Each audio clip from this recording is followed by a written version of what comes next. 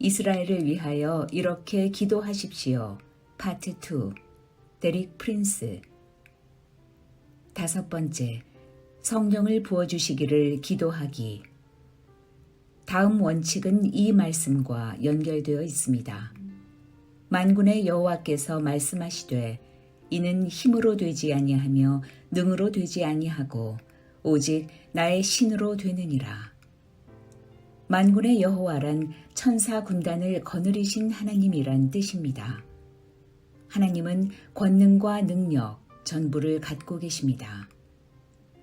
인간의 마음을 변화시키는데 인간의 군사력은 전혀 쓸모가 없는 것입니다.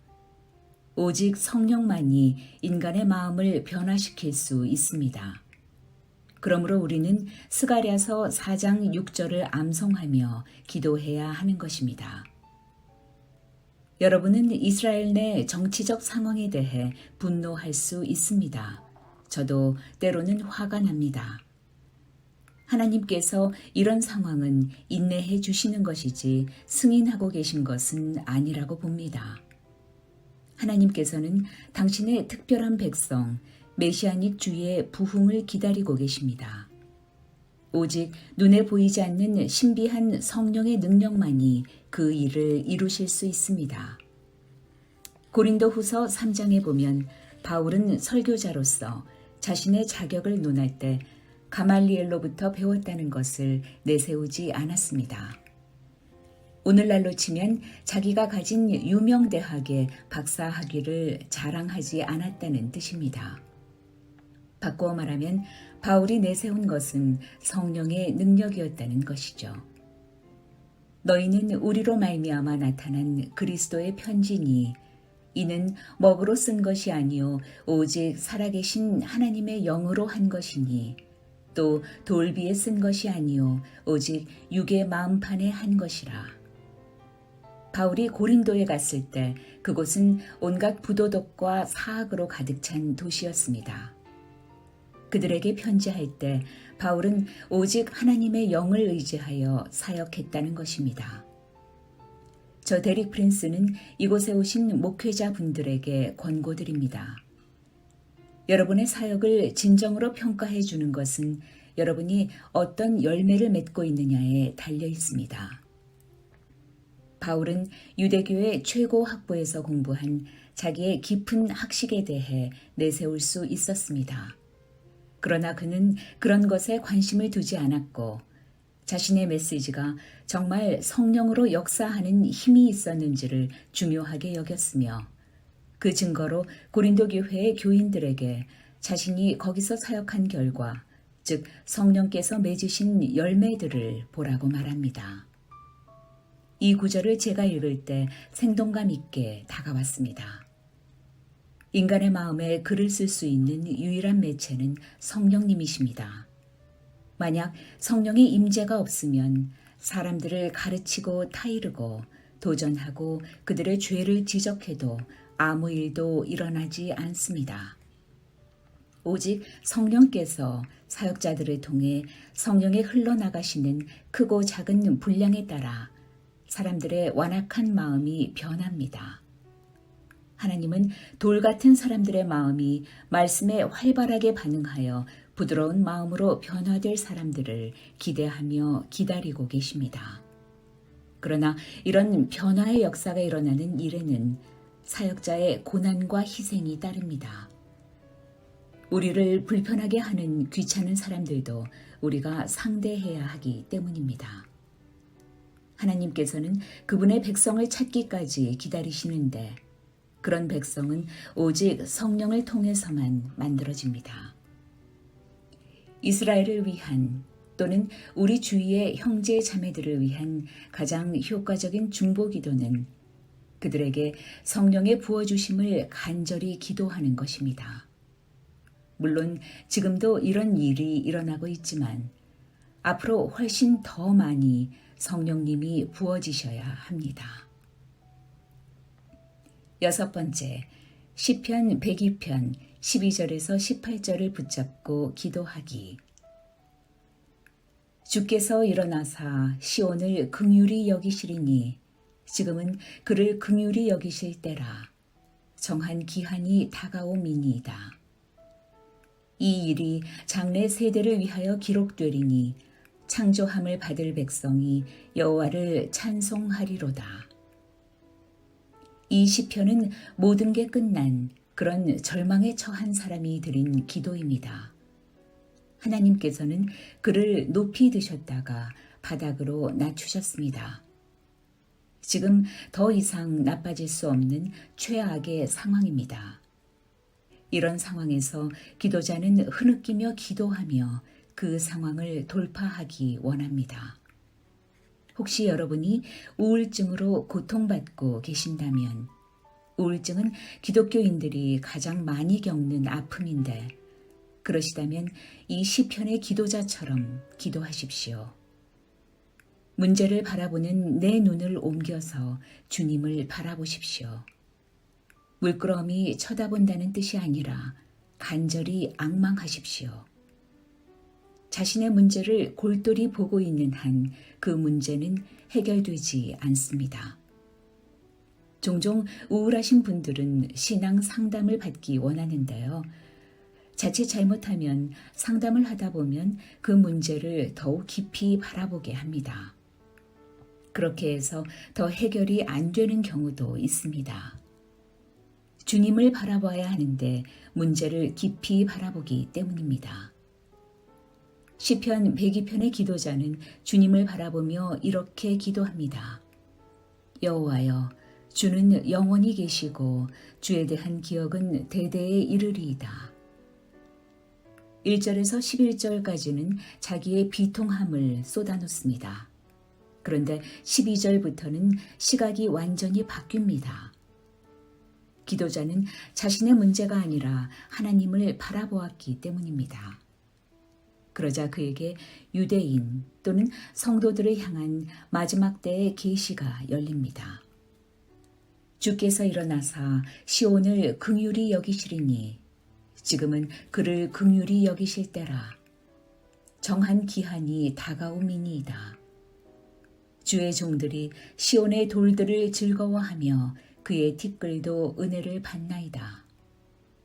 시온의 티끌, 먼지까지도 즐거워하는 것이 주의 종의 한 특징입니다. 당신에겐 그런 특징이 있습니까? 이에 열방이 여호와의 이름을 경외하며 세계 열왕이 주의 영광을 경외하리니 여호와께서 시온을 건설하시고 그의 영광 중에 나타나셨습니다. 킹 제임스 버전은 여호와께서 시온을 건설하실 때 그의 영광이 나타나리라고 번역합니다. 종말이 되어 주님께서 영광 중에 재림하실 때가 되었다는 아주 뚜렷한 징조 중 하나는 위 16절에서 증거하는 것처럼 주님께서 시온을 재건축하시는 것입니다. 주님을 사랑하는 우리 모두들은 이것을 즐거워해야 합니다. 13절에 지금은 그에게 은혜를 베푸실 때라 정한 기한이 다가옴이니이다 라고 했죠. 히브리어로 정한 기한인 모에드가 왔다고 합니다. 모든 이스라엘의 신성한 축제는 모에드로 표현되었습니다. 유월절, 초막절, 대속죄일, 신년 등 모든 절기입니다. 하나님께는 달력이 있고 그 달력에는 모에딤, 정한 기한, 약속의 날이 표기되어 있습니다.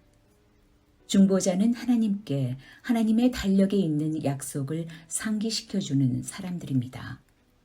가장 효과적으로 중보기도하는 방법 중 하나는 하나님의 언약을 붙잡고 기도하는 것입니다. 그 예가 본문 13절인데요. 하나님, 지금은 시온을 긍휼히 여기실 정한 기한이니 일어나셔서 약속하신 것을 이루어 주십시오 라고 하는 것입니다. 우리 가족은 다소 복잡한 식사 기도를 합니다. 저희는 체중 유지를 위해서 하루 4번 조금씩 먹습니다. 저희 가정의 식기도를 아내 룻과 함께 지금 해보겠습니다. 하늘에 계신 아버지, 이 음식과 음식을 준비한 손길을 주님 이름으로 축복합니다. 정한 기한에 이스라엘에게 자비와 은총을 베풀어 주십시오. 미국과 영국 및 영어권 국가에 부흥을 주십시오. 아멘. 우리의 연약한 육신에 성령으로 힘을 주시고 지혜롭게 먹도록 도와주십시오. 그리고 또 데살로니가 전서 5장 23절에서 25절을 선포합니다. 식기도가 조금 깁니다. 평강의 하나님이 친히 우리를 온전히 거룩하게 하시고 또 우리의 온 영과 혼과 몸이 우리 주 예수 그리스도께서 강림하실 때 흠없게 보존되기를 원하노라. 우리를 부르시는 이는 미쁘시니 그가 또한 이루시리라. 지금 이런 식기도를 소개드린 이유는 하나님의 약속을 붙잡고 쉬지 말고 기도하는 예를 말씀드린 것입니다. 특별히 하나님의 정해진 시간을 파악하면 그 시간 내에 이루어 달라고 기도하면 그 중보 기도가 더 강력해지는 것이지요. 7번째, 예루살렘을 위하여 기도하면 세계 평화가 임합니다. 예루살렘을 위하여 평안을 구하라. 예루살렘을 사랑하는 자는 형통하리로다. 이 부분은 예루살렘을 위하는 기도이기도 하지만 예루살렘을 위해 기도하는 자들에게 하나님이 주시는 보상을 말씀하고 있다고 저는 생각합니다. 여러분이 예루살렘을 위해 기도하고 예루살렘을 사랑하면 번성케 됩니다. 형통하게 됩니다. 이 구절은 히브리어로 두운법을 사용했습니다. 히브리어로 읽어보면 이렇습니다. 샬루 샬롬 예루샬라임. 정말 아름다운 음률이지요. 샬루란 기도하다, 샤엘의 명령형입니다. 기도하라란 뜻이지요. 실제로 샬루 샬롬 예루샬라임이란 노래도 있습니다. 예루살렘을 위해 기도할 때는 하나님의 예언적인 목적에 대해 잘 이해하고 기도해야 합니다.